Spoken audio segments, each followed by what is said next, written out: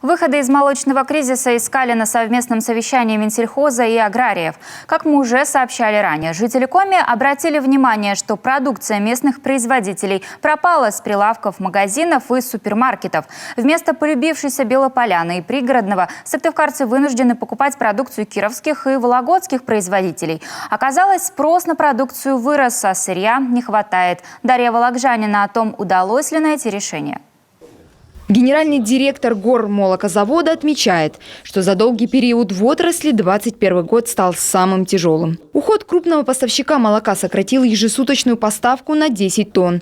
Причина – низкая закупочная стоимость. С 22 ноября завод проиндексировал цены в пользу увеличения на 4%.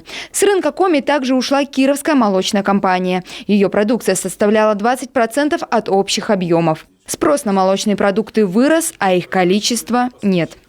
Если смотреть там где-то через пару-тройку месяцев, нам единственное не хватает складов готовой продукции. А так по переработке молока, по оснащенности предприятия трудовыми кадрами, то есть специалистами, мы можем 100 тонн легко переработать. То есть, в принципе, до 100% можете нарастить, а сразу можете процентов на 50 поднять. Было бы сырье. Да, было бы сырье, да.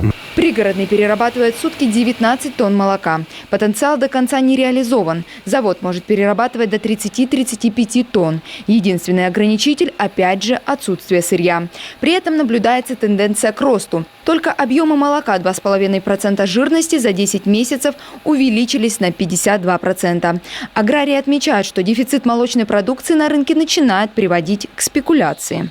Мы видим, что поставка молока в сети продолжается по старым ценам. То есть мы с конца сентября ведем переговоры относительно изменения отпускных цен, но на сегодняшний день этот вопрос до конца не решен. И получается так, что как в какие-то былые 90-е годы молоко привозят в сетевые магазины, приезжают владельцы небольших частных магазинов и скупают это молоко.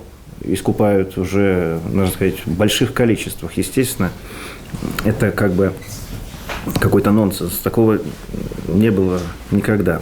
Аграриям необходима финансовая помощь. От этого все невзгоды. Большое подспорье сельхозпроизводители получат уже в следующем году.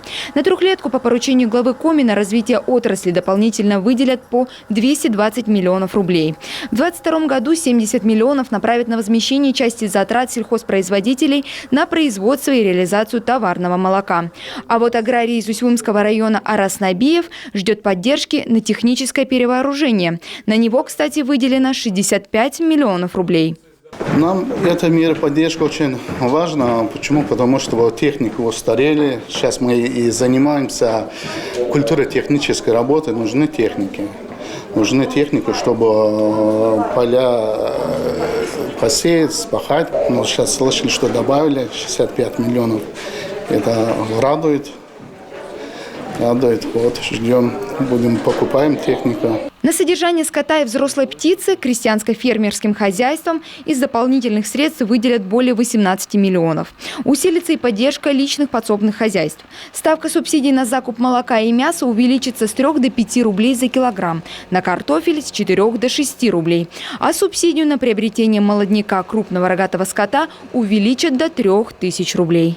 Дарья Вологжанина, Олег Юшков, телеканал Юрган.